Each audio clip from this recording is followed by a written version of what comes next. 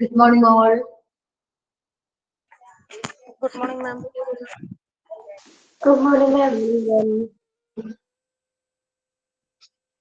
Good morning.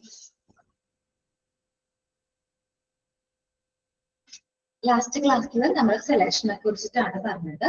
Selection എന്ന് പറഞ്ഞാൽ right എംപ്ലോയിയെ right ജോബിലേക്ക് പ്ലേസ് ചെയ്യുന്ന ഒരു പ്രോസസ്സിനെയാണ് സെലക്ഷൻ എന്ന് പറയുന്നത്. Okay, the process in which the individuals are selected from the list of job applicants. നമുക്ക് റിക്രൂട്ട്മെന്റ് വഴി കിട്ടിയിരിക്കുന്ന ആ ജോബ് ആപ്ലിക്കൻസിൽ നിന്ന് ഏറ്റവും ആപ്റ്റ് ആയിട്ടുള്ള ഒരു വ്യക്തിയെ നമ്മൾ സെലക്ട് ചെയ്യുന്ന പ്രോസസ്സിനെയാണ് സെലക്ഷൻ എന്ന് പറയുന്നത്. അപ്പോൾ സെലക്ഷൻ എന്ന് പറഞ്ഞിട്ടുണ്ടെങ്കിൽ ഓരോ എംപ്ലോയീസിനെയും സ്ക്രീൻ ചെയ്ത് ഫൈനൽ സെലക്ഷൻ ചെയ്യുകയാണ് സെലക്ഷൻ. ആ ഒരു എംപ്ലോയിയെ സെലക്ട് ചെയ്യുന്നു. ഏറ്റവും ബെസ്റ്റ് ആയിട്ടുള്ള എംപ്ലോയിനെ നമ്മൾ എന്ത് ചെയ്യുന്നു? സെലക്ട് ചെയ്യുന്നു. ബാക്കി എല്ലാ ആപ്ലിക്കേഷനും നമ്മൾ എന്ത് ചെയ്യാണ്? റിജക്ട് ചെയ്യാണ്. സോ അതുകൊണ്ടാണ് സെലക്ഷൻ ഒരു നെഗറ്റീവ് പ്രോസസ് ആണ് എന്ന് പറയുന്നത്.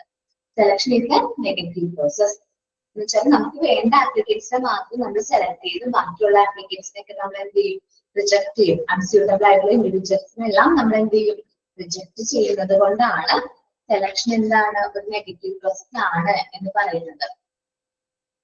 റൈറ്റ് എംപ്ലോയിനെ സെലക്ട് ചെയ്ത് ബാക്കി എല്ലാ കാൻഡിഡേറ്റ്സിനെയും റിജക്ട് ചെയ്യുന്ന പ്രോസസ്സാണ് സെലക്ഷൻ.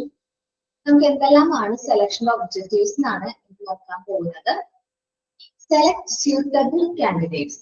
നമുക്ക് സ്യൂട്ടബിൾ ആയിട്ടുള്ള മോസ്റ്റ് അപ്രോപ്രിയേറ്റ് കാൻഡിഡേറ്റ്സിന് നമ്മൾ ആ ഒരു ആപ്ലിക്കൻസിൽ നിന്ന് ഏറ്റവും മോസ്റ്റ് അപ്രോപ്രിയേറ്റ് ആയിട്ടുള്ള കാൻഡിഡേറ്റ്സിന് എന്ത് ചെയ്യണം? സെലക്ട് ചെയ്യണം. Okay, first the importance of selection can be described as follows.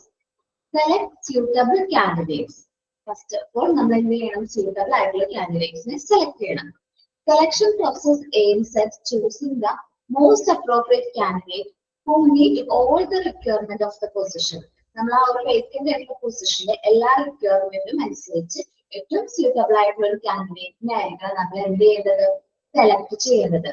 The best candidate is chosen only after rejecting all the unfit applicants through a systematic process of selection.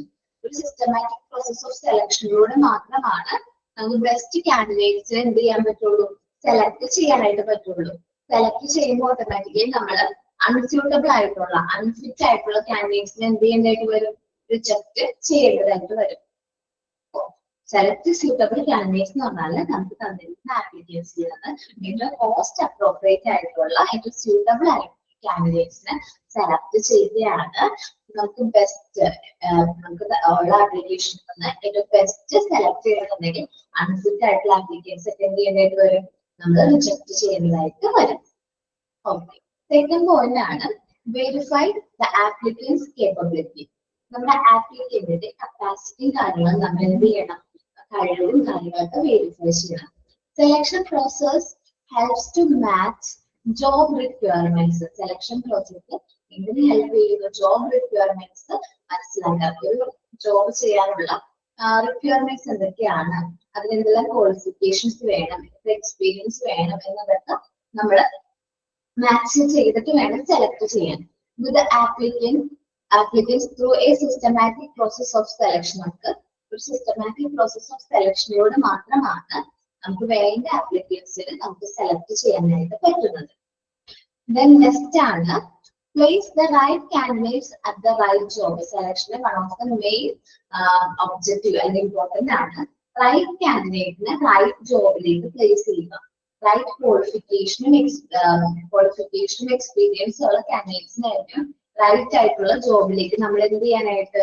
Place ചെയ്യാനായിട്ട്. അപ്പോൾ selection process helps to choose the right candidate for the right job. അപ്പൊ selection process എന്തിനെ help ചെയ്യുന്നു? Right കാൻഡിഡേറ്റ്സിനെ right ജോബിലേക്ക് place ചെയ്യാനായിട്ട് help ചെയ്യുന്നു. So that he can contribute his best effort towards the achievement of the organisational goal. അങ്ങനെയാണെങ്കിൽ മാത്രമാണ് അവർക്ക് ആ ഒരു നല്ല രീതിയിൽ ആ ഒരു ജോബ്, ഇപ്പം ആ ജോബ് ചെയ്യാനായിട്ട് ക്വാളിഫൈഡ് ആയിട്ടുള്ള വ്യക്തിയെ തന്നെ നമ്മൾ സെലക്ട് ചെയ്യണം. അല്ലാത്ത പക്ഷം നമ്മുടെ കമ്പനിക്ക് നഷ്ടമായിരിക്കും.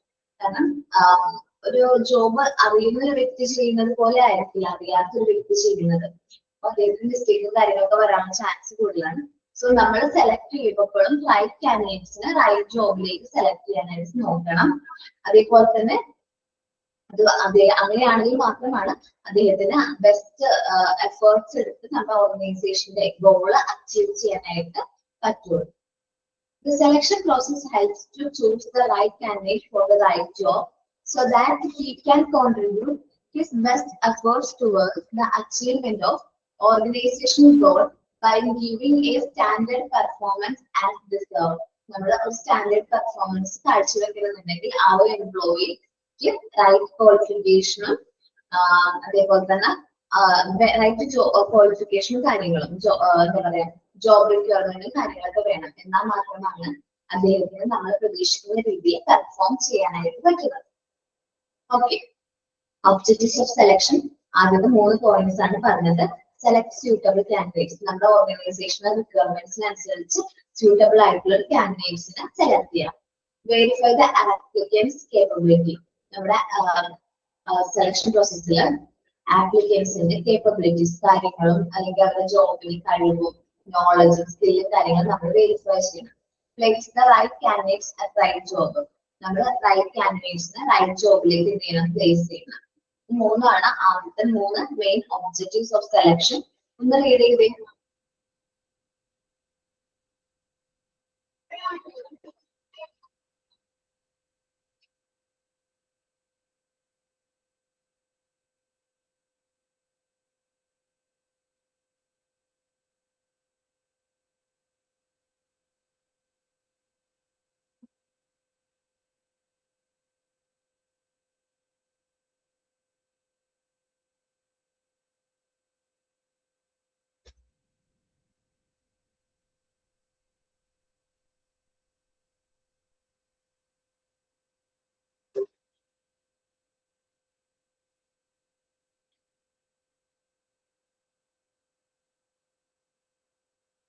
എല്ലാവരും വായിച്ചു നോക്കിയോ?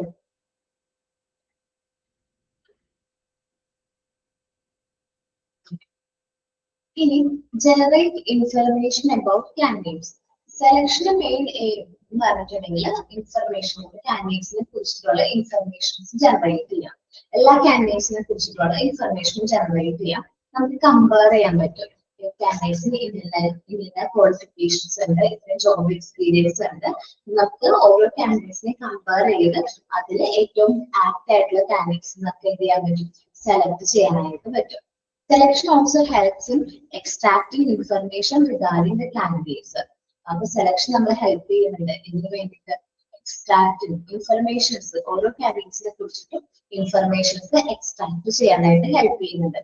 വിത്ത് a view to compare him with evoking information regarding the candidates. എന്തിനു വേണ്ടിയിട്ടാണ് നമ്മൾ ഈ ഇൻഫർമേഷൻസും കാര്യങ്ങളൊക്കെ എക്സ്ട്രാക്ട് ചെയ്യുന്നത്? നമ്മൾ ഓരോ കാൻഡിഡേറ്റ്സിനെയും തമ്മിൽ കമ്പയർ ചെയ്യാം.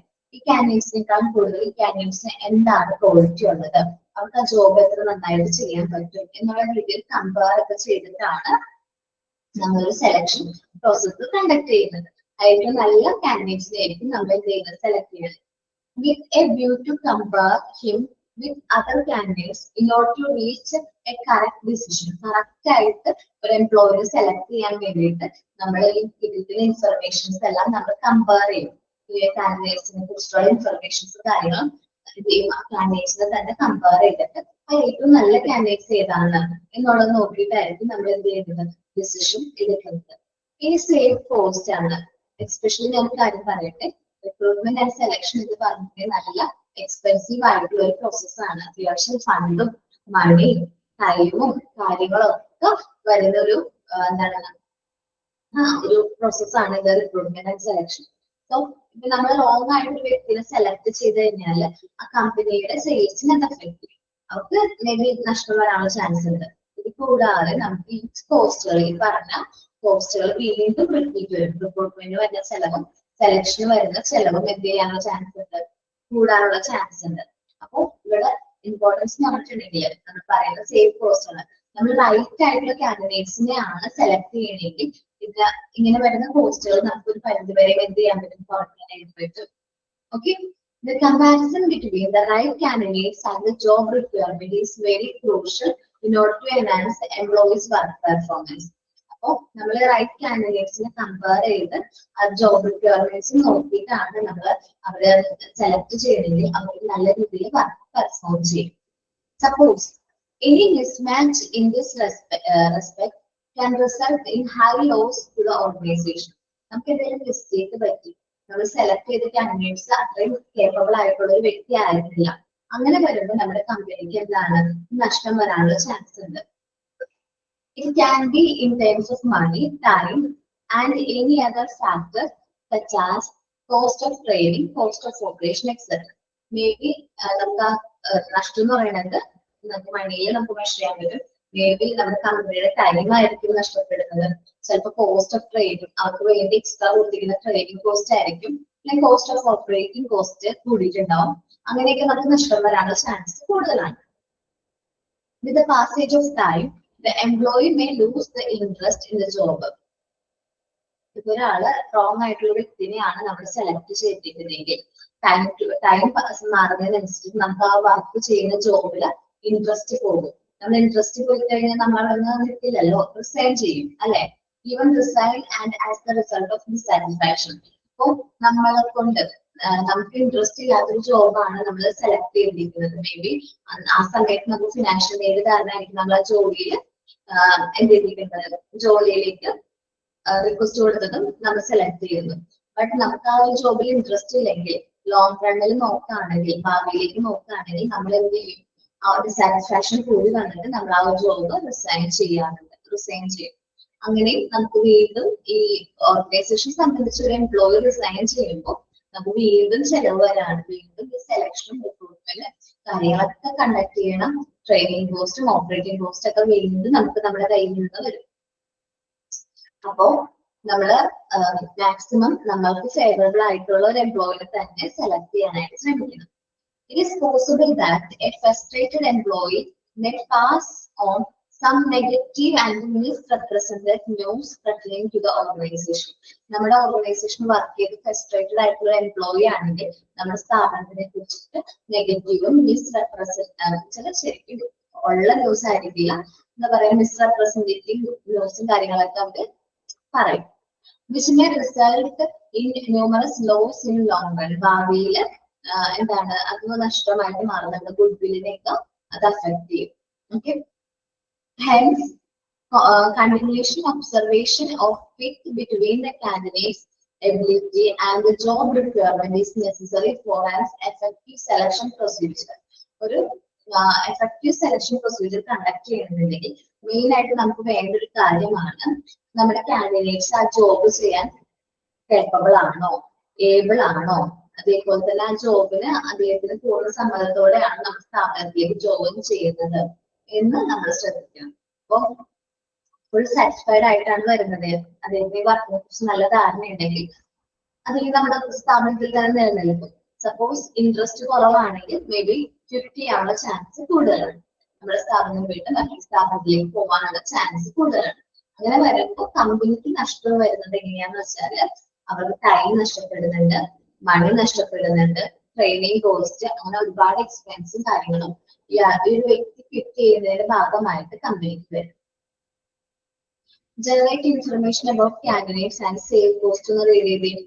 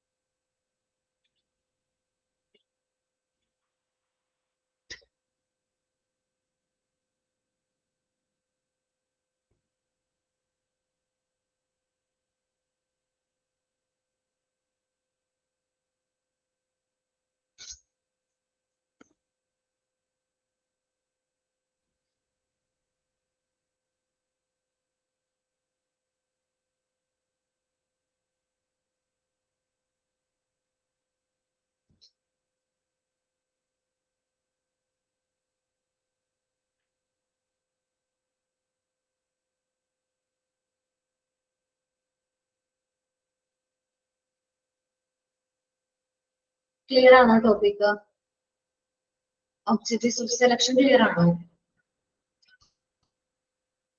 ഓക്കെ അല്ലേ? സോ നമ്മൾ ഇനി മൂവ് ആവുന്നത് ഫാക്ടേഴ്സ് അഫക്റ്റിംഗ് സെലക്ഷൻ ആണ്. അതൊക്കെ മെയിൻ ആയിട്ട് ഇന്റേണൽ എൻവയോൺമെന്റൽ ഫാക്ടേഴ്സും എക്സ്റ്റേണൽ എൻവയോൺമെന്റൽ ഫാക്ടേഴ്സും ആണ് സെലക്ഷൻ പ്രോസസ്സിനെ അഫക്ട് ചെയ്യുന്നത്. ഇന്റേണൽ എൻവയോൺമെന്റൽ ഫാക്ടർ എന്ന് പറഞ്ഞാൽ ഒരു ഓർഗനൈസേഷനകത്ത് ഒരു ഓർഗനൈസേഷനായിട്ട് ക്രിയേറ്റ് ചെയ്യുന്ന ഫാക്ടേഴ്സിനെയാണ് ഇന്റേണൽ എൻവയോൺമെന്റൽ ഫാക്ടേഴ്സ് എന്ന് പറയുന്നത്. External environmental factors എന്ന് പറഞ്ഞാൽ outside the organization, beyond the control of the organization. ഓർഗനൈസേഷന് കൺട്രോൾ ചെയ്യാൻ പറ്റാത്ത ഫാക്ടേഴ്സിനെയാണ് എക്സ്റ്റേണൽ എൻവയോൺമെന്റൽ ഫാക്ടേഴ്സ് എന്ന് പറയുന്നത്. എന്താണ് ഇന്റേണൽ ആൻഡ് എന്താണ് എക്സ്റ്റേണൽ എന്നുള്ളത് നമ്മൾ റിക്രൂട്ട്മെന്റിന്റെ സമയത്ത് പറഞ്ഞിട്ടുണ്ടായിരുന്നു. അതൊരു ക്ലാരിറ്റി ഇല്ലേ? ഇന്റേണൽ എന്ന് പറഞ്ഞാൽ ഓർഗനൈസേഷനകത്ത് ഓർഗനൈസേഷനെ ഇൻഫ്ലുവൻസ് ചെയ്യാൻ പറ്റുന്ന ഫാക്ടേഴ്സ് ആണ്. എക്സ്റ്റേണൽ എന്ന് പറഞ്ഞാൽ ഓർഗനൈസേഷനെ കൊണ്ട് ഇൻഫ്ലുവൻസ് ചെയ്യാനായിട്ട് പറ്റാത്ത ഫാക്ടേഴ്സ് ആണ്. നോക്കാം, factors affecting selection. Internal and external environmental factors affecting selection are as follows. Internal environmental factors which affect the selection process includes. എന്തെല്ലാമാണ് internal environmental factors നോക്കാം. Size of the organization. സാധാരണ large organisation ആണെങ്കിൽ കൂടുതലായിട്ട് നമ്മൾ എന്താണ് systematic methods of selection ആണ് conduct ചെയ്യാറ്. വലിയ ഓർഗനൈസേഷൻസ് ഒക്കെ ആണെങ്കിൽ കമ്പനി എന്ത് ചെയ്യും? ഒരു സിസ്റ്റമാറ്റിക് മെത്തേഡ് ഓഫ് സെലക്ഷനിലൂടെ ആയിരിക്കും നമ്മൾ സെലക്ഷൻ കാര്യങ്ങൾ കണ്ടക്ട് ചെയ്യുന്നത്. ഇനി സ്മോൾ ഓർഗനൈസേഷൻ ആണ്, അതും എപ്പോഴും സെലക്ഷൻ ചെറിയ ഓർഗനൈസേഷൻസ് ആകുമ്പോൾ അധികം സെലക്ഷൻസ് എന്താവില്ല നടക്കണമെന്നില്ല. ഇൻഫോർമൽ സെലക്ഷൻ പ്രോസസ് ആയിരിക്കും കൂടുതലായിട്ട് കണ്ടക്ട് ചെയ്യാറ്. നമ്മൾ ഇൻഫോർമൽ ആയിട്ടായിരുന്നു കാര്യങ്ങളൊക്കെ സംസാരിച്ച് സർട്ടിഫിക്കറ്റ് കാര്യങ്ങൾ വെരിഫൈ ചെയ്തിട്ട് സെലക്ഷൻ കണ്ടക്ട് ചെയ്യുന്നത്. ആദ്യത്തെ ഇന്റേണൽ ഫാക്ടർ ആണ് സൈസ് ഓഫ് ദ ഓർഗനൈസേഷൻ. നോക്കാം, selection process is influenced by the size of the organisation. Selection പ്രോസസ്സിനെ ഇൻഫ്ലുവൻസ് ചെയ്യുന്ന one of the main important factor ആണ് size of the organisation. For example, small organisation use a more informal selection process. Small organisation ആണെങ്കിൽ, ചെറിയ organisations ആണെങ്കിൽ കുറച്ച് informal ആയിട്ടുള്ള selection process ആയിരിക്കും അവർ യൂസ് ചെയ്യുന്നത്. In compare to big organisation, compare ചെയ്യുമ്പോൾ big organisation which generally rely upon formal and systematic selection process. Formal systematic selection പ്രോസസ്സും ആണ് ഏത് ബിഗ് ഓർഗനൈസേഷൻസ് കണ്ടക്ട് ചെയ്യാറ്. ഈ സെലക്ഷൻ പ്രോസസ് ഒക്കെ നമുക്ക് പിന്നീട് പഠിക്കാനുണ്ട്, ഡീറ്റെയിൽഡ് ആയിട്ട് നമുക്ക് നോക്കാനുണ്ട്. അപ്പൊ പറയാം, the type of the organisation നോക്കാം. Organization that have a complicated structure significantly required a refined working structure. Most organizations split their organization structure into three basic types. Levels of organization എത്രയാണെന്ന് അറിയാവോ നിങ്ങൾക്ക്? Commerce ആരെങ്കിലും ഉണ്ടോ? Okay, കുഴപ്പമില്ല. Levels എന്ന് പറഞ്ഞാൽ 3 ലെവലാണ്. എല്ലാവർക്കും അറിയാൻ പറ്റും. Top level, middle level, lower level അല്ലെ?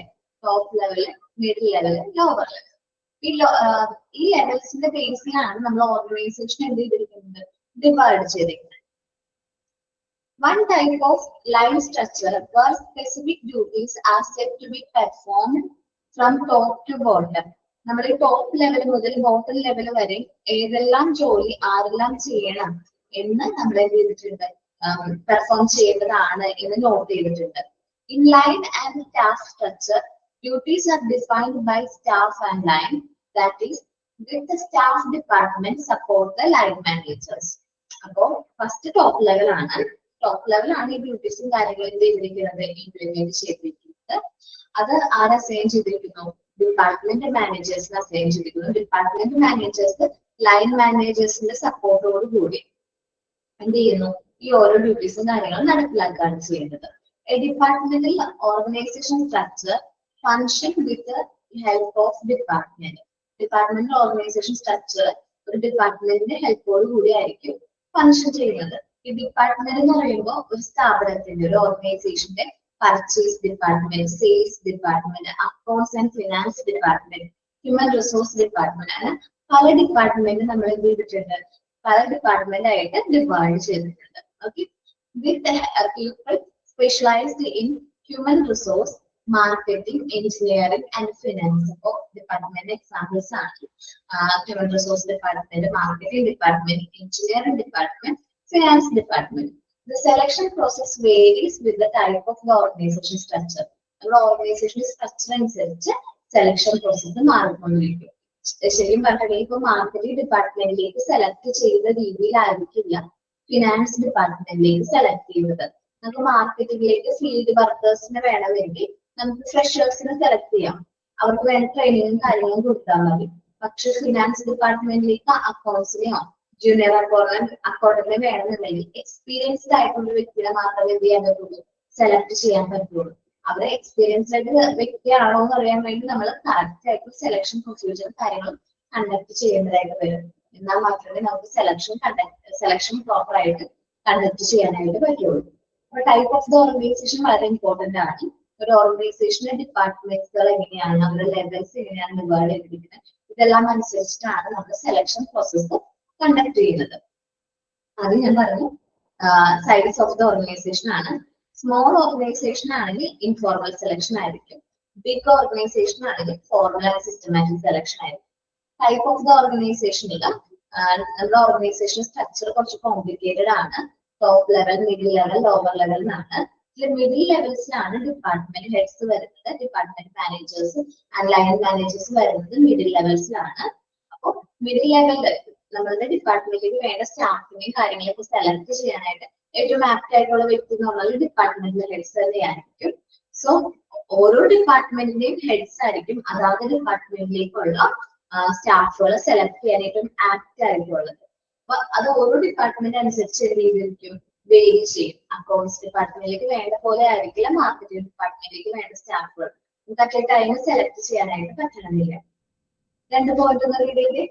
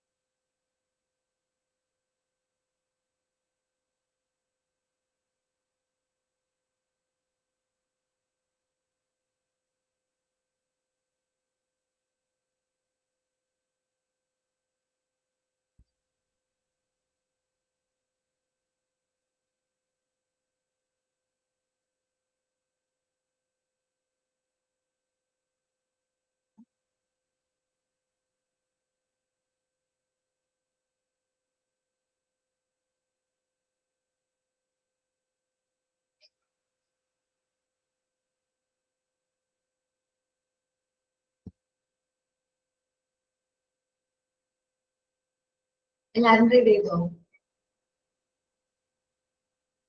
ഓക്കെ. ഇനി നേച്ചർ ഓഫ് സോഷ്യൽ പ്രഷർ ആണ്. നമ്മൾ ഒരു സെലക്ഷൻ കണ്ടക്ട് ചെയ്യുമ്പോൾ നമുക്ക് ആ ഒരു സൊസൈറ്റിയുടെ റൂൾസ് ആൻഡ് റെഗുലേഷൻസ് ഒക്കെ കൺസിഡർ ചെയ്തിട്ട് മാത്രമായിരിക്കും സെലക്ട് ചെയ്യാനായിട്ട് പറ്റുക. അപ്പൊ നമ്മുടെ laws, executive orders, court decisions കാര്യങ്ങളും പരിഗണിച്ചുകൊണ്ട് മാത്രമേ നമുക്ക് എന്ത് ചെയ്യാൻ പറ്റുള്ളൂ, ഡിസിഷൻസും കാര്യങ്ങളും എടുക്കാൻ പറ്റുള്ളൂ. Selection process is influenced by the social pressure as well as because the selection of human resource is generally influenced by legislation, executive orders and court decision etc. അപ്പോൾ നമ്മൾ ഒരു സെലക്ഷൻ പ്രോസസ് എന്ന് പറഞ്ഞാൽ വളരെ ഇമ്പോർട്ടന്റ് ആണ്. അതിൽ social pressure വരുന്നുണ്ട് എന്ന് വെച്ചാൽ സൊസൈറ്റിയുടെ ഒരു ഇൻഫ്ലുവൻസും കൂടി വരുന്നുണ്ട്.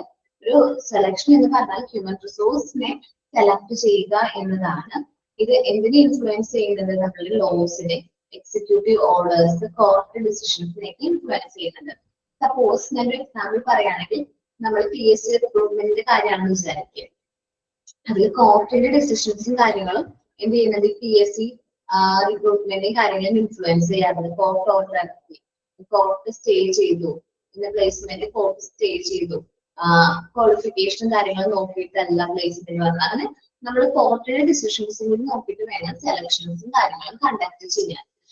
പിന്നെ വെയിറ്റേജ് കാര്യങ്ങളും അതേപോലെ തന്നെ കറക്റ്റ് ആയിട്ട് ഇന്ന കാറ്റഗറിയിലേക്ക് ഇത്രയും പേഴ്സൺസിനെ സെലക്ട് ചെയ്യണമെന്നൊക്കെ റൂൾസ് ആൻഡ് റെഗുലേഷൻസ് ഉണ്ട്. നമ്മുടെ രജിസ്ട്രേഷൻ ലോസ് പറയുന്നുണ്ട് ഇത്രയും ശതമാനം ഇന്ന ഒരു വിഭാഗത്തിന്. അപ്പൊ അതെല്ലാം നമ്മൾ നോക്കിയിട്ട് വേണം സെലക്ഷൻ പ്രോസസ്സ് കണ്ടക്ട് ചെയ്യാൻ. ആസ് എവറി ഓർഗനൈസേഷൻ, ഗവൺമെന്റിന്റെ കാര്യം ഞാൻ പറഞ്ഞത്, as every organisation has to function within the society under some social and legislative terms and condition. ഏതൊരു സ്ഥാപനമായാലും നമ്മുടെ സൊസൈറ്റിയിൽ ഫങ്ഷൻ ചെയ്യണമെന്നുണ്ടെങ്കിൽ നമ്മുടെ സോഷ്യൽ ടേംസ് ആൻഡ് കണ്ടീഷൻസും കാര്യങ്ങളും ഫോളോ ചെയ്തിട്ട് വേണം നമ്മൾ എന്ത് ചെയ്യാനായിട്ട് സെലക്ഷനും കാര്യങ്ങളും കണ്ടക്ട് ചെയ്യാൻ. നമുക്ക് ഫേവറേറ്റിസം ഒന്നും കാണിക്കാനായിട്ട് പറ്റില്ല. കാരണം ഏതൊരാൾ ഫേവറബിൾ ആണ് എന്ന് പറഞ്ഞ് നമുക്ക് സെലക്ട് ചെയ്യാൻ പറ്റില്ല. അദ്ദേഹത്തിന് നല്ല രീതിയിൽ സെലക്ഷൻ ടെസ്റ്റ് ഒക്കെ കണ്ടക്ട് ചെയ്തപ്പോൾ കറക്റ്റ് മാർക്കും കാര്യങ്ങളൊക്കെ ഉണ്ടെങ്കിൽ മാത്രമേ അദ്ദേഹത്തിന് നമുക്ക് എന്ത് ചെയ്യാൻ പറ്റുള്ളൂ, സെലക്ട് ചെയ്യാനായിട്ട് പറ്റുള്ളൂ. നിങ്ങൾ എക്സാമ്പിൾ നോക്കുകയാണെങ്കിൽ കോപ്പറേറ്റീവ് ബാങ്ക് എക്സാം ആയാലും നമ്മൾ എന്താണ് മാർക്കും കാര്യങ്ങളും നോക്കിയിട്ടാണ് സെലക്ഷൻ കാര്യങ്ങളൊക്കെ കണ്ടക്ട് ചെയ്യുന്നത്. റാങ്ക് ലിസ്റ്റും ഫസ്റ്റ് റാങ്ക് ഉള്ളവർക്ക് ഫസ്റ്റ് പ്രിഫറൻസ്, അങ്ങനെ നമ്മൾ പ്രിഫറൻസ് ഒക്കെ കൊടുത്തിട്ടാണ് നമ്മൾ സെലക്ഷൻ കണ്ടക്ട് ചെയ്യുന്നത്. നെക്സ്റ്റ് ആണ് candidates pool. Selection process is affected by the list of the candidates. നമുക്കറിയാം സെലക്ഷൻ പ്രോസസ്സിനെ അഫക്ട് ചെയ്യുന്നത് എന്താണ്, കാൻഡിഡേറ്റ്സിന്റെ ലിസ്റ്റ് ആണ്. ലിസ്റ്റ് എന്ന് വെച്ചാൽ നമ്പർ ഓഫ് കാൻഡിഡേറ്റ്സ് ആണ്. ലാർജ് നമ്പർ ഓഫ് കാൻഡിഡേറ്റ്സ് ഉണ്ടെങ്കിൽ നമുക്ക് പേടിക്കാനൊന്നുമില്ല, കറക്റ്റ് ആയിട്ട് എന്ത് ചെയ്യാൻ പറ്റും, സെലക്ഷൻ കണ്ടക്ട് ചെയ്യാൻ പറ്റും. കമ്പയർ ടു സ്മോൾ നമ്പർ ആണെങ്കിലോ അത്ര പെർഫെക്റ്റ് ആയിട്ട് നമുക്ക് എന്ത് ചെയ്യാൻ പറ്റണമെന്നില്ല, സെലക്ഷൻ കണ്ടക്ട് ചെയ്യാനായിട്ട് പറ്റണമെന്നില്ല. നോക്കാം. Candidates pool.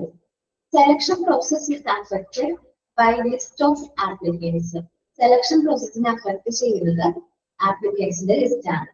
It can be an effective process only if the applicant list is large. നമുക്ക് എഫക്റ്റീവ് ആയിട്ട് സെലക്ഷൻ പ്രോസസ് കണ്ടക്ട് ചെയ്യണമെന്നുണ്ടെങ്കിൽ ആപ്ലിക്കൻസിന്റെ ലിസ്റ്റ് അത്യാവശ്യം വലുതായിരിക്കണം.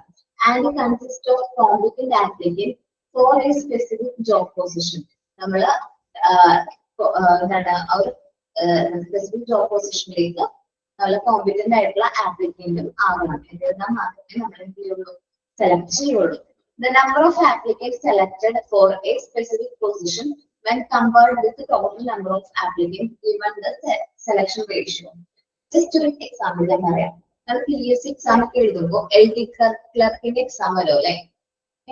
LD ക്ലർക്കിന്റെ എക്സാം ഒക്കെ വരുമ്പോൾ 3 ലക്ഷം ആപ്ലിക്കൻസ് അല്ലെങ്കിൽ 3 ലക്ഷം ആപ്ലിക്കേഷൻസ് കിട്ടി എന്നൊക്കെ പറയാറുണ്ട്. പത്രത്തിലൊക്കെ വായിച്ചിട്ടുണ്ട്. അങ്ങനെ 3 ലക്ഷത്തി സംതിങ് ആപ്ലിക്കൻസ് ഒക്കെ കിട്ടിയെന്നൊക്കെ പറഞ്ഞ് നമ്മൾ പത്രത്തിൽ വായിക്കും അല്ലെ.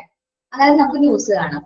പക്ഷേ വേക്കന്റ് ആയിട്ടുള്ള പൊസിഷൻ എത്ര ഉണ്ടാവുള്ളൂ, ചിലപ്പോൾ 300 സംതിങ് ആയിരിക്കും, 400 സംതിങ് ആയിരിക്കും, 456 598. അപ്പൊ റേഷ്യോ, സെലക്ഷൻ റേഷ്യോ എത്രയാണ്, 500.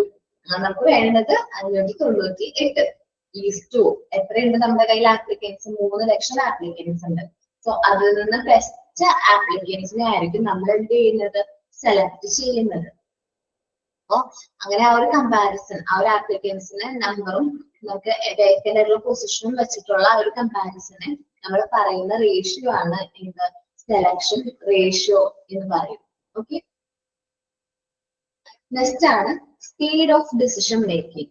Selection process is affected by the time provided for making selection decision. അപ്പൊ സെലക്ഷൻ പ്രോസസ് എന്ന് പറയുന്നത് ടൈം വളരെ ഇമ്പോർട്ടന്റ് ആണ്. Organization can avoid legal problems by strictly following selection policies and procedures. നമ്മൾ ഓർഗനൈസേഷന് legal problems ഒക്കെ avoid ചെയ്യാൻ വേണ്ടിയിട്ട് നമ്മൾ ആ സെലക്ഷൻ പോളിസീസും പ്രൊസീജിയേഴ്സും ഒക്കെ സ്ട്രിക്റ്റ് ആയിട്ട് ഫോളോ ചെയ്യണം. നമുക്കറിയാലോ റാങ്ക് ലിസ്റ്റിന്റെ ടൈം കഴിഞ്ഞിട്ടും ഇത്രയും എന്താണ് പറയാ വേക്കൻസിയിലേക്ക് ഇവര് സെലക്ട് ആയില്ല എന്നൊക്കെ പറഞ്ഞിട്ട് സമരമൊക്കെ ചെയ്യും അല്ലെ. എന്താ പറയുക, റാങ്ക് ലിസ്റ്റിൽ വന്ന കാൻഡിഡേറ്റ്സ് സമരം ചെയ്യുകയെ കേട്ടിട്ടുണ്ടോ നിങ്ങൾ? അങ്ങനെ സെക്രട്ടേറിയറ്റിൽ സമരം ചെയ്യാണ്, ന്യൂസിലൊക്കെ വായിച്ചിട്ടുണ്ടല്ലോ. എന്തുകൊണ്ടാണ്? അവര് ചിലപ്പോ സെലക്ഷൻ ടീം തന്നെ ചിലപ്പോൾ ലാഗായതാവാം. അങ്ങനെ വരുമ്പോൾ കോർട്ടിന്റെ ഓർഡർ ഉണ്ടെങ്കിൽ മേ ബി അവർക്കും കൂടി ആ ഒരു റാങ്ക് ലിസ്റ്റിലുള്ള എല്ലാവർക്കും അല്ല, ഇത്രയും വരെ നമ്പർ ഉള്ളവർക്ക് എന്ത് ചെയ്യാനുള്ള ചാൻസ് ഉണ്ട്, ജോബ് കിട്ടാനുള്ള ചാൻസ് ഉണ്ട്. സോ അങ്ങനെയുള്ള ലീഗൽ പ്രോബ്ലംസും കാര്യങ്ങളും അവോയ്ഡ് ചെയ്യാൻ വേണ്ടിയിട്ട് നമ്മൾ മാക്സിമം സെലക്ഷൻ പ്രോസസ് കറക്റ്റ് ടൈമിനുള്ളിൽ തന്നെ കംപ്ലീറ്റ് ചെയ്യാനായിട്ട് ശ്രമിക്കണം. അല്ലെങ്കിൽ അത്രയും പേരെയും കൂടി എന്താണ് ജോബ് കിട്ടാനുള്ള അർഹത നഷ്ടപ്പെട്ടു. ഓക്കെ, അപ്പോ കാൻഡിഡേറ്റ്സ് പൂളും നേച്ചർ ഓഫ് സോഷ്യൽ പ്രഷറും കാൻഡിഡേറ്റ്സ് പൂളും speed of decision making read ചെയ്തേ.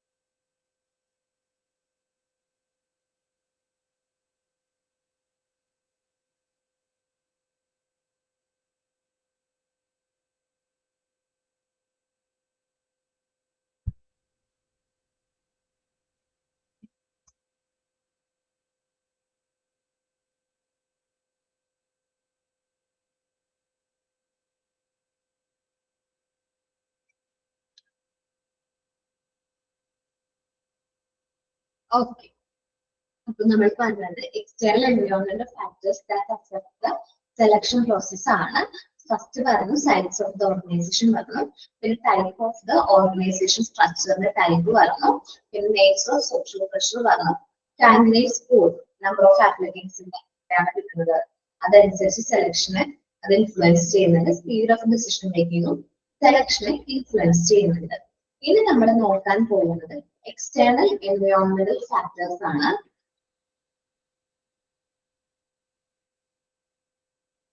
എക്സ്റ്റേണൽ എൻവയോൺമെന്റൽ ഫാക്ടേഴ്സ് എന്ന് പറഞ്ഞാൽ ഈ ഫാക്ടേഴ്സിന് മേലെ ആർക്ക് കൺട്രോൾ ഉണ്ടാവില്ല? നമ്മളുടെ ഓർഗനൈസേഷന് കൺട്രോൾ ഉണ്ടാവില്ല. എൻവയോൺമെന്റൽ ഫാക്ടർ, എക്സ്റ്റേണൽ എൻവയോൺമെന്റൽ factors which influence selection process include first nature of the labour market. Labour market എന്ന് പറഞ്ഞിട്ടുണ്ടെങ്കിൽ ലേബർ മാർക്കറ്റ് നമ്മൾ ഹ്യൂമൻ റിസോഴ്സ് മാർക്കറ്റ് അറിയാലോ. ഇവിടെ ലേബർ മാർക്കറ്റ് ഉദ്ദേശിക്കുന്നത് എന്ന് വെച്ചാൽ നമ്മളുടെ ഹ്യൂമൻ റിസോഴ്സിന്റെ സപ്ലൈ ഡിമാൻഡിനെയുമാണ് ഇവിടെ നോട്ട് ചെയ്യുന്നത് കേട്ടോ. ലേബർ മാർക്കറ്റിൽ പറയുന്നത് ഹ്യൂമൻ റിസോഴ്സിന്റെ സപ്ലൈനെയും ഡിമാൻഡിനെയുമാണ്. Selection process is affected by the nature of the labour market as well. നമ്മളുടെ സെലക്ഷൻ പ്രോസസ്സിനെ നമ്മുടെ ലേബർ മാർക്കറ്റിനെ എന്ത് ചെയ്യുന്നത്? നല്ല രീതിയിൽ അഫക്ട് ചെയ്യുന്നുണ്ട്. ഇപ്പോ for example the selection process will be A short and simple if there is very few applicants have required knowledge and a set of skills. നമ്മൾ സെലക്ഷൻ പ്രോസസ് ഷോർട്ടും സിമ്പിളും ആണെങ്കിൽ നമുക്ക് കുറച്ച് ഫ്യൂ നമ്പർ ഓഫ് ആപ്ലിക്കൻസിന് മാത്രമേ ആവശ്യമുള്ളൂ. നമ്മുടെ required ആയിട്ടുള്ള ജോബും നോളജും കാര്യങ്ങളും ഉള്ള അത്യാവശ്യം ഫ്യൂ നമ്പർ ഓഫ് ആപ്ലിക്കൻസിന് മാത്രമേ ആവശ്യമുള്ളൂ. ഇനി സെലക്ഷൻ പ്രോസസ് അത്യാവശ്യം ലോങ് ആണ്, കുറച്ച് ടഫ് ആണെങ്കിൽ മാക്സിമം നമ്പർ ഓഫ് ആപ്ലിക്കൻസിന് നമുക്ക് ആവശ്യമായിട്ട് വരും. ജസ്റ്റ് ഒരു എക്സാമ്പിൾ ഞാൻ പറയുകയാണെങ്കിൽ നേച്ചർ ഓഫ് ലേബർ മാർക്കറ്റിന്റെ എക്സാമ്പിൾ ആയിട്ട് പറയുകയാണെങ്കിൽ നമ്മളുടെ കേരള എന്ന് പറയുന്ന ഒരു പ്ലേസ് എടുത്ത് നോക്കിക്കഴിഞ്ഞാൽ ഇവിടെ ലേബർ സപ്ലൈ വളരെ കൂടുതലാണ് അല്ലെ. ക്വാളിഫിക്കേഷൻ ഉള്ള നല്ല ജോലി ചെയ്യാനായിട്ട് താല്പര്യമുള്ള വ്യക്തികളുടെ എണ്ണം കൂടുതലാണ് അല്ലെ. അല്ല അതെ, അപ്പൊ ലേബേഴ്സിന്റെ വർക്ക് ചെയ്യാനായിട്ട് ലേബേഴ്സിന്റെ എണ്ണം കൂടുതലാണ്. അതുകൊണ്ടാണ് PSCയിലൊക്കെ നമ്മൾ ഒരു ജസ്റ്റ് ഒരു ഒരു വേക്കൻസി റിപ്പോർട്ട് ചെയ്യുമ്പോഴേക്കും ഒരുപാട് പേര് ആ ഒരു വേക്കൻസിക്ക് വേണ്ടിയിട്ട് അപ്ലൈ ചെയ്യുന്നത്. ഇപ്പൊ LGS വന്നിട്ടുണ്ട്, നമുക്ക് കുറച്ച് കഴിയുമ്പോൾ ആപ്ലിക്കേഷൻ ക്ലോസ് ചെയ്ത് കഴിയുമ്പോൾ നമുക്ക് ന്യൂസിലൊക്കെ കാണാൻ പറ്റും ഇത്രയും ആപ്ലിക്കൻസ് ഈ ഒരു പോസ്റ്റിലേക്ക് അപ്ലൈ ചെയ്തു. കാരണം എന്താണ്? നമുക്കിവിടെ ജോലിയുടെ എണ്ണം കുറവാണ്, അൺഎംപ്ലോയ്മെന്റ് റേറ്റ് വളരെ കൂടുതലാണ്. അതേപോലെ തന്നെ ക്വാളിഫൈഡ് ആയിട്ടുള്ള വ്യക്തികൾക്ക് അവർ അർഹതപ്പെടുന്ന ജോലി അവർക്ക് കിട്ടുന്നില്ല. അപ്പൊ എന്താണ്? നമുക്കിവിടെ ലേബർ സപ്ലൈ വളരെ കൂടുതലാണ്. സോ നമ്മളൊരു വേക്കൻസി വരാന്ന് വിചാരിക്കും, ജോബ് വേക്കൻസി വരാണെങ്കിൽ ആ ഒരു ജോബ് വേക്കൻസിക്ക് അപ്ലൈ ചെയ്യുന്ന നമ്പർ ഓഫ് കാൻഡിഡേറ്റ്സിന്റെ എണ്ണവും എങ്ങനെയായിരിക്കും? വളരെ കൂടുതലായിരിക്കും. സോ നമുക്ക് ഈസിലി അതിൽ നിന്ന് ഏറ്റവും നല്ലൊരു എംപ്ലോയിയെ എന്ത് ചെയ്യാൻ മതി? സെലക്ട് ചെയ്താൽ മതി. ഓക്കെ, ഈ ന്യൂസിലാൻഡ് പോലത്തെ രാജ്യങ്ങളിലെ ന്യൂസിലാൻഡ് അധികം ജനസംഖ്യയൊന്നും പോപ്പുലേഷൻ ഒന്നും ഇല്ലാത്ത രാജ്യങ്ങളുണ്ടല്ലോ, അവിടെ എങ്ങനെയാണ് ലേബർ സപ്ലൈ അറിയോ? അവിടെ ലേബർ സപ്ലൈ വളരെ കുറവാണ്. എന്ന് വെച്ചാൽ അവിടെ പോപ്പുലേഷൻ റേറ്റ് ഓൾറെഡി കുറവാണ്. അതേപോലെ തന്നെ അവിടെ ജോലി ചെയ്യാനായിട്ട് ജോലിക്ക് എന്താണ് ലേബേഴ്സിന് കിട്ടാൻ ഭയങ്കര അവൈലബിലിറ്റി കുറവാണ്. അതുകൊണ്ടാണ് പുറം രാജ്യങ്ങളിൽ നിന്ന് അവരെന്ത് ചെയ്യുന്നത്, മറ്റ് വ്യക്തികളെ എന്ത് ചെയ്യുന്നു, അവരുടെ വിസയ്ക്ക് കൊടുത്തിട്ട് ആ ഒരു കൺട്രിയിലേക്ക് ഇൻവൈറ്റ് ചെയ്യുന്നു. കാരണം അവിടെ വന്ന് വർക്ക് ചെയ്യാൻ പറഞ്ഞിട്ട് അവരെ റിക്വസ്റ്റ് ചെയ്യുന്നത്. പണ്ട് കാനഡ, ഓസ്ട്രേലിയയിലൊക്കെ ഇതേപോലെയായിരുന്നു. ലേബർ സപ്ലൈ വളരെ കുറവായിരുന്നു. ലേബേഴ്സിന്റെ സപ്ലൈ വളരെ കുറവായിരുന്നു. അതുകൊണ്ടാണ് ഇന്ത്യയിലൊക്കെ ഒരുപാട് പേര് എവിടേക്ക് പറഞ്ഞ രാജ്യങ്ങളിലൊക്കെ കുടിയേറി താമസിക്കാൻ തുടങ്ങിയത്, മൈഗ്രേറ്റ് ചെയ്ത് തുടങ്ങിയത്. അങ്ങനെ അവിടെ ഇപ്പോൾ ലേബർ സപ്ലൈ വളരെ കൂടുതലാണ്. അതുകൊണ്ട് അവരിപ്പോ കുറെ റൂൾസ് ആൻഡ് റെഗുലേഷൻസ്, ഞാൻ ഈ പറഞ്ഞ ഓസ്ട്രേലിയ, കാനഡ പോലുള്ള രാജ്യങ്ങള് അവരിപ്പോ പുറത്തുനിന്നുള്ള എംപ്ലോയീസിന്റെ ആ ഒരു കൂടുതലായിട്ട് റിക്രൂട്ട് ചെയ്യാൻ പാടില്ലാത്തുള്ള റൂൾസ് ആൻഡ് റെഗുലേഷൻസും കാര്യങ്ങളൊക്കെ കൊണ്ടുവന്നിട്ടുണ്ട്. അപ്പൊ ഞാൻ പറഞ്ഞത് സെലക്ഷൻ പ്രോസസ് ആണ്. ലേബർ മാർക്കറ്റും സെലക്ഷൻ പ്രോസസ്സും തമ്മിൽ നേരിട്ടൊരു ബന്ധമുണ്ട്. ലേബേഴ്സിന്റെ എണ്ണം കൂടുതലാണെങ്കിൽ നമുക്ക് ഇപ്പൊ ലേബർ മാർക്കറ്റില് എന്താണ് അൺഎംപ്ലോയ്മെന്റ് റേറ്റ് കൂടുതലാണെങ്കിൽ, ഒരു വേക്കൻസി വരാണെങ്കിൽ ഒരുപാട് പേര് അപ്ലൈ ചെയ്യും. അൺഎംപ്ലോയ്മെന്റ് റേറ്റ് കുറവാണെങ്കിൽ ആപ്ലിക്കൻസിന്റെ എണ്ണവും കുറവായിരിക്കും. നെക്സ്റ്റ് ആണ് ട്രേഡ് യൂണിയൻ. സെലക്ഷൻ പ്രൊസീജിയേഴ്സിനെ അഫക്ട് ചെയ്യുന്ന മറ്റൊരു ഫാക്ടറാണ് ട്രേഡ് യൂണിയൻ. നമ്മുടെ ട്രേഡ് യൂണിയൻസ്, ഇപ്പൊ ട്രേഡ് യൂണിയൻസ് ഇങ്ങനെ അഫക്ട് ചെയ്യുന്നത് വെച്ചിട്ടുണ്ടെങ്കിൽ ട്രേഡ് യൂണിയൻസ് എന്ത് ചെയ്യും, റെക്കമെൻഡ് ചെയ്യും അവർക്ക് ഫേവറബിൾ ആയിട്ടുള്ള ആപ്ലിക്കൻസിനെ ഇന്ന ജോബിലേക്ക് അപ്പോയിന്റ് ചെയ്യണം എന്ന് ട്രേഡ് യൂണിയൻസ് എന്ത് ചെയ്യും, റെക്കമെൻഡ് ഓർ ഡിമാൻഡ് ചെയ്യും. സോ നമ്മുടെ ഓർഗനൈസേഷൻ കമ്പൽസറി ആയിട്ട് അവർ പറയുന്നത് ചിലപ്പോൾ അനുസരിക്കേണ്ടതായിട്ട് വരും. Trade union also affect the selection procedures of the organization. Because trade unions എന്ത് ചെയ്യുന്നത്, സെലക്ഷൻ പ്രൊസീജിയറിനെ നന്നായിട്ട് അഫക്ട് ചെയ്യുന്നത്. For example, trade union sometimes recommend some of the applicants for a job. ചില സമയങ്ങളിൽ ട്രേഡ് യൂണിയൻസ് പറയും ഇന്നൊരു ജോബിലേക്ക് ഞങ്ങൾ റെക്കമെൻഡ് ചെയ്യുന്ന ആളെ നിങ്ങൾ അപ്പോയിന്റ് ചെയ്യണം. And even demand for the selection, അവർ ഡിമാൻഡ് ചെയ്യും നിങ്ങൾ ഇന്ന ആളെ തന്നെ സെലക്ട് ചെയ്യണം എന്ന് ഡിമാൻഡ് ചെയ്യും. സോ ട്രേഡ് യൂണിയൻസ് നമ്മുടെ സെലക്ഷൻ പ്രോസസ്സിനെ എന്ത് ചെയ്യുന്നുണ്ട്, ഇൻഫ്ലുവൻസ് ചെയ്യുന്നുണ്ട്. നെക്സ്റ്റ് ആണ് government regulations. Organisation needed to follow the selection norms defined under the regulation prescribed by the government. Government പറഞ്ഞ രീതിയിൽ മാത്രമേ നമുക്ക് എന്ത് ചെയ്യാൻ പറ്റുള്ളൂ, സെലക്ഷൻ പ്രൊസീജിയേഴ്സും കാര്യങ്ങളും കണ്ടക്ട് ചെയ്യാൻ പറ്റുള്ളൂ. Thus, government rules and regulations such as legislation also affect the execution of the selection procedures in the organization. So, government rules and regulations laws and കാര്യങ്ങളൊക്കെ ഉണ്ട്. സോ അത് എന്തിന്, സെലക്ഷൻ പ്രൊസീജിയേഴ്സിനെ നല്ല രീതിയിൽ എന്ത് ചെയ്യുന്നുണ്ട്, ഇൻഫ്ലുവൻസ് ചെയ്യുന്നുണ്ട്. അപ്പോൾ ഗവൺമെന്റ് റെഗുലേഷൻസ് എല്ലാം നോക്കിയിട്ട് മാത്രമേ നമുക്ക് ഒരു എംപ്ലോയിനെ എന്ത് ചെയ്യാൻ പറ്റുള്ളൂ, സെലക്ട് ചെയ്യാനായിട്ട് പറ്റുള്ളൂ.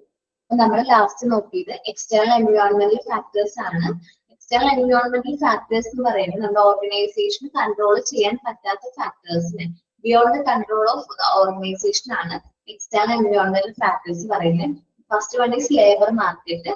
ലേബർ മാർക്കറ്റിൽ അൺഎംപ്ലോയ്മെന്റ് റേറ്റും കൂടുതലാണോ കുറവാണോ എന്നനുസരിച്ചായിരിക്കും സെലക്ഷൻ ആപ്ലിക്കൻസിന്റെ നമ്പർ. ആപ്ലിക്കേഷൻസിന്റെ നമ്പർ അനുസരിച്ച് സെലക്ഷൻ പ്രോസസ്സിനെ നേരിട്ട് ഇൻഫ്ലുവൻസ് ചെയ്യും. ഒരുപാട് ആപ്ലിക്കേഷൻസ് കിട്ടുകയാണെങ്കിൽ നമുക്ക് നല്ല രീതിയിൽ സെലക്ഷൻ കണ്ടക്ട് ചെയ്യാൻ പറ്റും.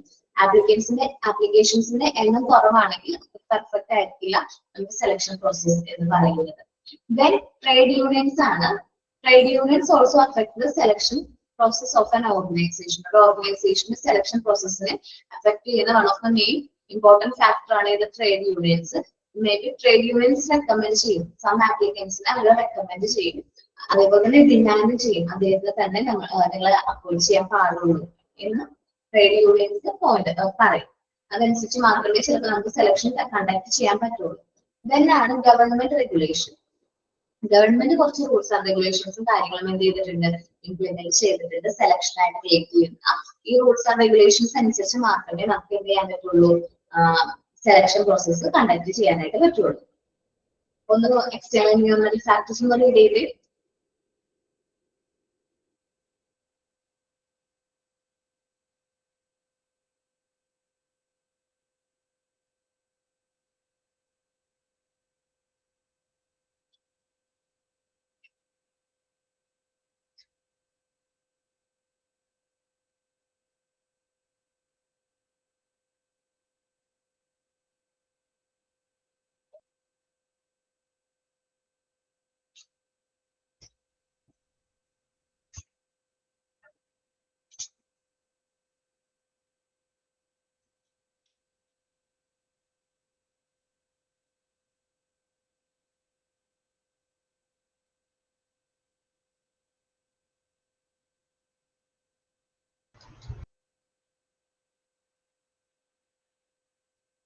ഓക്കെ, ക്ലിയർ ആണല്ലോ ടോപ്പിക്.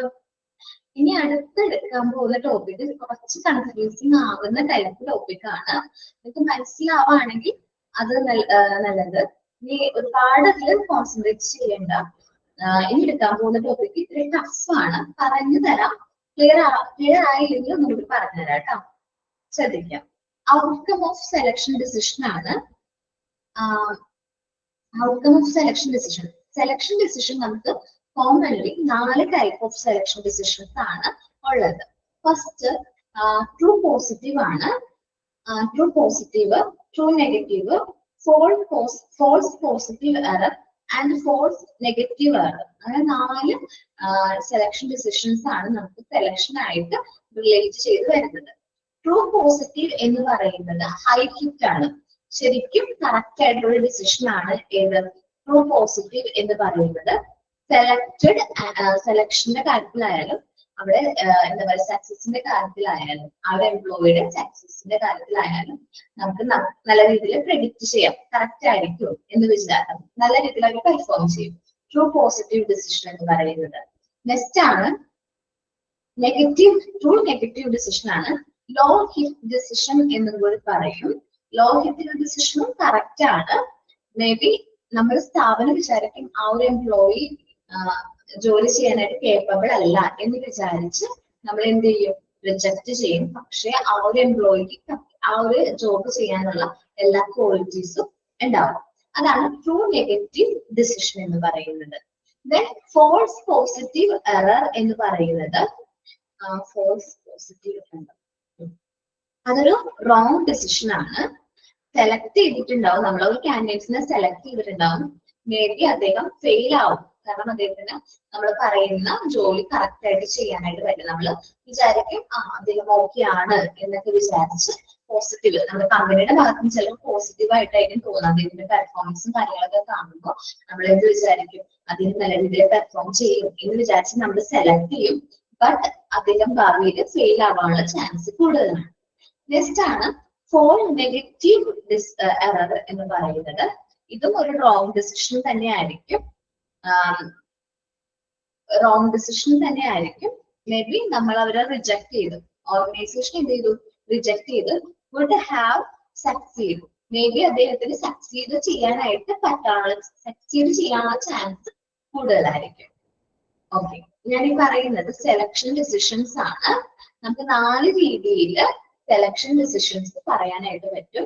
ഇതില് false, true positive and true negative എന്ന് പറയുന്നത് കറക്റ്റ് ഡിസിഷൻസും, ഫോൾസ് നെഗറ്റീവും ഫോൾസ് പോസിറ്റീവ് എന്ന് പറയുന്നത് റോങ് ഡിസിഷൻസും ആണ്. എന്ന് പറഞ്ഞിട്ടുണ്ടെങ്കിൽ ഇത് ഈ ഒരു ഫോൾസ് പോസിറ്റീവിലാണെങ്കിൽ എംപ്ലോയി നമ്മളുടെ എന്താണ് സ്ഥാപനത്തിൽ വർക്ക് ചെയ്യാനായിട്ട് താല്പര്യമുണ്ട്. അതേപോലെ അദ്ദേഹത്തിന് നല്ല രീതിയിൽ ആ ഒരു ജോബ് പെർഫോം ചെയ്യാനും പറ്റും. ഫോൾസ് നെഗറ്റീവ് ആണെങ്കിൽ അദ്ദേഹത്തിന് നല്ല രീതിയിൽ ജോലി ചെയ്യാൻ പറ്റും. പക്ഷെ ഓർഗനൈസേഷൻ വിചാരിക്കും ആ ഒരു വ്യക്തി എന്ത് ചെയ്യില്ല, എന്താണ് നമ്മൾ ആ ഒരു വ്യക്തിക്ക് നല്ല രീതിയിൽ എന്ത് ചെയ്യാൻ പറ്റും? വർക്ക് ചെയ്യാൻ പറ്റും. ബട്ട് ഓർഗനൈസേഷൻ എന്ത് വിചാരിക്കും? അദ്ദേഹത്തിനെ കൊണ്ട് ആ വർക്ക് ചെയ്യാൻ പറ്റില്ല എന്ന് വിചാരിച്ചു ഓർഗനൈസേഷൻ എന്ത് ചെയ്യും? റിജക്ട് ചെയ്യുന്ന കേസാണ് ഫോൾസ് നെഗറ്റീവ്. ഓർഗനൈസേഷൻ എന്ത് ചെയ്യുന്നത്? കറക്റ്റ് ആയിട്ട് സെലക്ട് ചെയ്യുന്ന, റൈറ്റ് ക്വാളിഫിക്കേഷൻ ഉള്ള എംപ്ലോയിനെ സെലക്ട് ചെയ്യുന്ന കേസാണ് ട്രൂ പോസിറ്റീവ് എന്ന് പറയുന്നത്. നെക്സ്റ്റ് ആണ് ട്രൂ നെഗറ്റീവ്. ഇവിടെ ഓർഗനൈസേഷൻ എന്ന് വിചാരിക്കും അദ്ദേഹം ഓക്കെ ആയിരിക്കും, സെറ്റാണ്, പക്ഷേ അദ്ദേഹത്തിന് ഭാവിയിൽ എന്ത് ചെയ്യാൻ പറ്റില്ല, മേ ബി റിജക്റ്റഡ്. ഈ ട്രൂ നെഗറ്റീവിന്റെ കേസിൽ would have been failed and negative. ഇതൊരു കറക്റ്റ് ഡിസിഷൻ ആണ്. കറക്റ്റ് ഡിസിഷൻ എന്ന് പറയാൻ കാരണം കമ്പനി വിചാരിക്കും അദ്ദേഹത്തിനെ കൊണ്ട് ആ വർക്ക് ചെയ്യാൻ പറ്റില്ല. റിയൽ സിറ്റുവേഷനിലും അദ്ദേഹത്തിന് ആ വർക്ക് ചെയ്യാനായിട്ടുള്ള കപ്പാസിറ്റി ഉണ്ടാവില്ല. ഇനി ഫോൾസ് പോസിറ്റീവിലാണെങ്കിൽ നമ്മൾ സെലക്ട് ചെയ്യും. നമ്മൾ വിചാരിക്കും ആ ഒരു എംപ്ലോയിക്ക് വർക്കൊക്കെ ചെയ്യാൻ പറ്റും എന്ന് വിചാരിച്ച് സെലക്ട് ചെയ്യും. പക്ഷെ ആ എംപ്ലോയിക്ക് നമ്മൾ വിചാരിക്കുന്ന പോലെ കാര്യങ്ങൾ എന്ത് ചെയ്യണമെന്നില്ല, നല്ല രീതിയിൽ പെർഫോം ചെയ്യാൻ പറ്റണം ഇല്ല. നമ്മൾ നോക്കുന്നത് ഫസ്റ്റ് ആണ് ട്രൂ പോസിറ്റീവ് ആണ്. ജസ്റ്റ് ഒന്നുകൂടി പറയാം. ട്രൂ പോസിറ്റീവ് ആണെങ്കിൽ കാൻഡിഡേറ്റ്സിന് നമ്മൾ സെലക്ട് ചെയ്തിട്ടുണ്ടാവും. അവർ നല്ല രീതിയിൽ പെർഫോം ചെയ്യുകയും ചെയ്യും. നല്ല രീതിയിൽ വർക്കും കാര്യങ്ങളൊക്കെ ചെയ്യും. Best fit for the jobs ആണ് ട്രൂ പോസിറ്റീവ് എന്ന് പറയുന്നത്. ട്രൂ നെഗറ്റീവ് എന്ന് പറയുന്നത് കാൻഡിഡേറ്റ്സിന് ഓർഗനൈസേഷൻ എന്ത് ചെയ്യും, റിജക്ട് ചെയ്യും. But they could be have failed if selected. Ma'am എനിക്ക് ഒന്നും മനസ്സിലായില്ല പൊന്നു മാം. കൺഫ്യൂഷൻ ആണ് കംപ്ലീറ്റ്. അത് ഭയങ്കര കൺഫ്യൂസിംഗ് ആയിട്ടുള്ള ഒരു ടോപ്പിക് ആണ്. ജസ്റ്റ് രണ്ട് കാര്യങ്ങൾ ഞാൻ പറയാം. ട്രൂ പോസിറ്റീവ് ആണെങ്കിൽ കാൻഡിഡേറ്റ്സിനെ സെലക്ട് ചെയ്തുകൊണ്ട് ഓർഗനൈസേഷന് വേറെ പ്രശ്നമൊന്നുമില്ല. കാരണം നമ്മൾ റൈറ്റ് ആയിട്ടുള്ള കാൻഡിഡേറ്റ്സിനെയാണ് സെലക്ട് ചെയ്തത്. ഫോൾസ് നെഗറ്റീവിലേക്ക് വരുമ്പോൾ കാൻഡിഡേറ്റ്സിന് നമ്മൾ എന്താണ് ചെയ്തിരിക്കുന്നത്, ഫോൾസ് നെഗറ്റീവിലേക്ക് വരുമ്പോൾ തെറ്റായിട്ടുള്ള കാൻഡിഡേറ്റ് ആയിരുന്നു നമ്മൾ, അവരെ റിജക്ട് ചെയ്തു. ഈ രണ്ട് ഡിസിഷനും നമ്മളുടെ കറക്റ്റ് ആയിട്ടുള്ള ഡിസിഷൻസ് ആണ്. മനസ്സിലായോ? ട്രൂ പോസിറ്റീവും ട്രൂ നെഗറ്റീവും നമ്മുടെ കമ്പനിയെ സംബന്ധിച്ച് കറക്റ്റ് ആയിട്ടുള്ള ഡിസിഷൻ ആണ്. ട്രൂ പോസിറ്റീവ് എന്ന് പറയുമ്പോൾ കാൻഡിഡേറ്റ്സ് നല്ല രീതിയിൽ പെർഫോം ചെയ്യുന്നുണ്ട്. റൈറ്റ് ആയിട്ടുള്ള കാൻഡിഡേറ്റ്സിനെ റൈറ്റ് ആയിട്ടുള്ള ജോബിലേക്ക് സെലക്ട് ചെയ്തു. നമ്മൾ അൺഫിറ്റ് ആയിട്ടുള്ള കാൻഡിഡേറ്റ്സിനെ റിജക്ട് ചെയ്യുന്ന കേസാണ് ട്രൂ നെഗറ്റീവ് എന്ന് പറയുന്നത്. നമ്മൾ ആ കാൻഡിഡേറ്റ്സിനെ നമ്മൾ റിജക്റ്റും ചെയ്തു, ആ ഒരു കാൻഡിഡേറ്റ്സിന് ആ ഒരു ജോബ് ചെയ്യാനും പറ്റണമെന്നില്ല. ഈ രണ്ട് ഡിസിഷനും കമ്പനിയെ സംബന്ധിച്ച് കറക്റ്റ് ഡിസിഷൻസ് ആണ്. ഞാൻ ടിക്ക് ചെയ്ത രണ്ട് ഡിസിഷൻസ് കറക്റ്റ് ഡിസിഷൻസ് ആണ്. ഇനി രണ്ടാമത്തെ കേസ് നോക്കുകയാണെങ്കിൽ ഫോൾസ് നെഗറ്റീവും ഫോൾസ് പോസിറ്റീവും ആണ്. ട്രൂ പോസിറ്റീവും ട്രൂ നെഗറ്റീവും ക്ലിയർ ആയോ? ഓക്കെ. അപ്പൊ ഫോൾസ് നെഗറ്റീവും ഫോൾസ് പോസിറ്റീവും ആണ്. ഫോൾസ് നെഗറ്റീവ് എന്ന് പറയുന്നത് നമ്മൾ കാൻഡിഡേറ്റ്സിനെ നമ്മൾ എന്ത് ചെയ്തു, റിജക്ട് ചെയ്തു. കാൻഡിഡേറ്റ്സിനെ നമ്മൾ റിജക്ട് ചെയ്തു.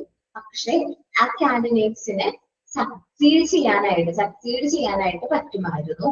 ആ കാൻഡിഡേറ്റ്സിനെ നമ്മൾ സെലക്ട് ചെയ്തിരുന്നെങ്കിൽ സക്സീഡ് ആയാലേ. പക്ഷെ കമ്പനി എന്ത് ചെയ്തു, ആ കാൻഡിഡേറ്റ്സിനെ റിജക്ട് ചെയ്തു. ആ ഒരു കേസാണ് ഫോൾസ് നെഗറ്റീവ് എന്ന് പറയുന്നത്. രണ്ടാമത് ഫോൾസ് പോസിറ്റീവ് ആണ്. നമ്മൾ എന്ത് ചെയ്തു, ആ കാൻഡിഡേറ്റ്സിനെ സെലക്ട് ചെയ്തു.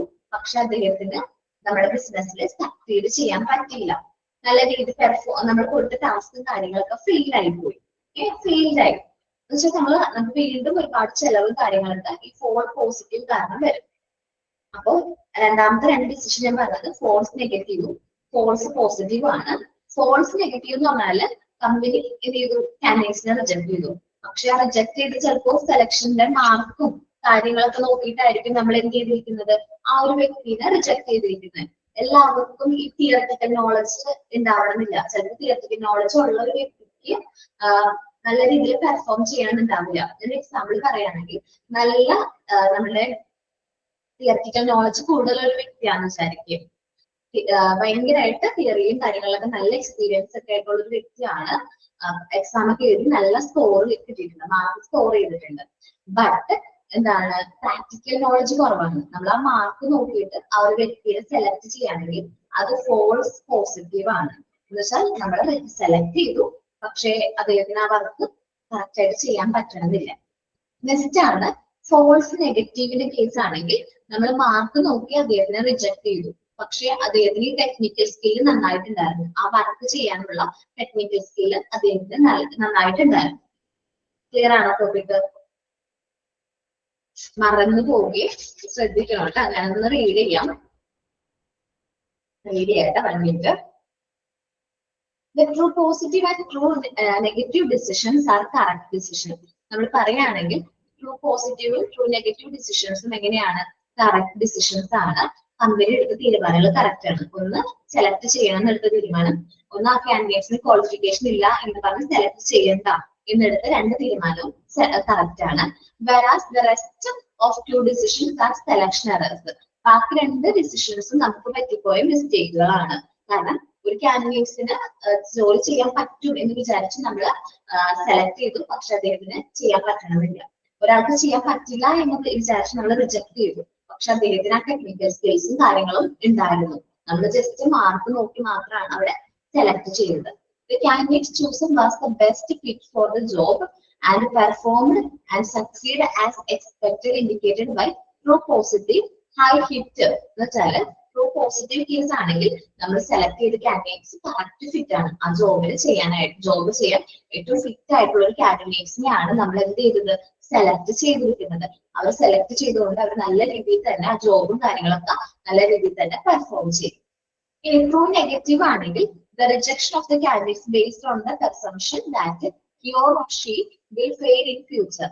നമ്മൾ ഭാവിയിൽ അവർക്ക് ആ ഒരു കാര്യങ്ങൾ ചെയ്യാൻ പറ്റില്ല എന്ന് വിചാരിച്ച് തന്നെ നമ്മൾ റിജക്ട് ചെയ്തതാണ്. കമ്പനി എന്ത് ചെയ്തു, അവരെ റിജക്ട് ചെയ്തു. Is incapable to perform respective job, ആ ഒരു ജോബ് ചെയ്യാൻ പറ്റില്ല എന്ന് വിചാരിച്ച് എന്ത് ചെയ്തു, റിജക്ട് ചെയ്തു. അത് കറക്റ്റ് ആണ്, അവർക്ക് ആ ജോബ് ചെയ്യാനും പറ്റില്ല, നമ്മൾ എന്ത് ചെയ്തു, കമ്പനി റിജക്ട് ചെയ്തതാണ്. ഇതും നമ്മളെ സംബന്ധിച്ച് കറക്റ്റ് ആയിട്ടുള്ള ഡിസിഷൻ ആണ്. The rejection of the candidates could be succeed based on the failure prediction reflected by false negative error. നമ്മൾ ഒരു കാൻഡിഡേറ്റ്സിന് ജോബ് ചെയ്യാനായിട്ട് പറ്റില്ല എന്ന് വിചാരിച്ച അദ്ദേഹത്തിന്റെ മാർക്ക് മാത്രം കണ്ട് നമ്മൾ ആ കാൻഡിഡേറ്റ്സിന് എന്ത് ചെയ്തു, റിജക്ട് ചെയ്തു. പക്ഷെ അദ്ദേഹത്തിന് സക്സീഡ് ചെയ്യാനായിട്ട് പറ്റുമായിരുന്നു, അദ്ദേഹത്തിന് ടെക്നിക്കൽ സ്കിൽസും കാര്യങ്ങളും ഉണ്ടായിരുന്നു. അപ്പൊ അതാണ് ഫോൾസ് നെഗറ്റീവ് എന്ന് പറയുന്നത്. False positive error is a situation when the candidate is selected on the basis that he or she on the other hand similar ആയിട്ട് പറയുകയാണെങ്കിൽ does not come up with the expectation. ഞാൻ false positive decision ആയിട്ട് എടുക്കണമെങ്കിൽ ഞാൻ നല്ല മാർക്കൊക്കെ കണ്ടിട്ടാണ് ആ ഒരു വ്യക്തിനെ സെലക്ട് ചെയ്തത്. പക്ഷേ മാർക്ക് മാത്രമേ ഉള്ളൂ, അദ്ദേഹത്തിന് ടെക്നിക്കൽ നോളജ് ഒന്നുമില്ല. ജസ്റ്റ് എന്താണ് ബുക്കിലുള്ളതൊക്കെ പഠിച്ച് മാർക്ക് സ്കോർ ചെയ്തു, അത് കണ്ട് നമ്മൾ സെലക്ട് ചെയ്ത് കഴിഞ്ഞാൽ അദ്ദേഹത്തിന് അതിൻ്റെതായ കാര്യങ്ങളൊക്കെ ചെയ്യാനുള്ള കപ്പാസിറ്റി കാര്യങ്ങളും ഇല്ല. If it is a false positive error, that causes the organization to sustain cost.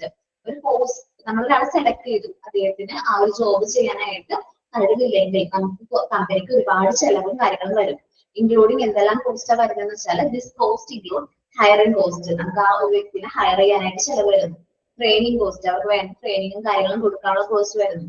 Transfer cost, may be ട്രാൻസ്ഫറും കാര്യങ്ങളൊക്കെ ചെയ്യാൻ വേണ്ടിയിട്ട് ടെർമിനേഷൻ, റീപ്ലേസ്മെന്റ് കോസ്റ്റ്, അതേപോലെ ടെർമിനേറ്റ് ചെയ്യുമ്പോൾ പിരിച്ചുവിടുമ്പോൾ നമുക്ക് ചെലവ് വരും. ഈ പിരിച്ചുവിടുമ്പോൾ നമ്മൾ PF കാര്യങ്ങളൊക്കെ സെറ്റിൽ ചെയ്യേണ്ടി വരും. റീപ്ലേസ്മെന്റ്, അതേപോലെ പകരം ഒരാളെ കൊണ്ടുവരണമെങ്കിൽ നമ്മൾ റിക്രൂട്ട്മെന്റ് സെലക്ഷൻ കാര്യങ്ങളും വീണ്ടും എന്ത് ചെയ്യേണ്ടതായിട്ട് വരും, കണ്ടക്ട് ചെയ്യേണ്ടതായിട്ട് വരും. ഇത്രയുമാണ് ആ സെലക്ഷൻ ഡിസിഷൻസ്. നന്നായിട്ടൊന്ന് നോക്കുക. നെക്സ്റ്റ് ക്ലാസ്സിൽ ഞാൻ ജസ്റ്റ് ഒന്നും കൂടി സമ്മപ്പ് ചെയ്ത് തരാം. ക്ലിയർ ആണെന്ന് വിചാരിക്കുന്നു. ഓക്കെ, അപ്പൊ ഞാൻ ക്ലാസ് വൈൻഡപ്പ് ചെയ്യാണ്. Thank you all. Next paragraph next ക്ലാസ്സിൽ എടുക്കാം കേട്ടോ. Okay, thank you, ma'am.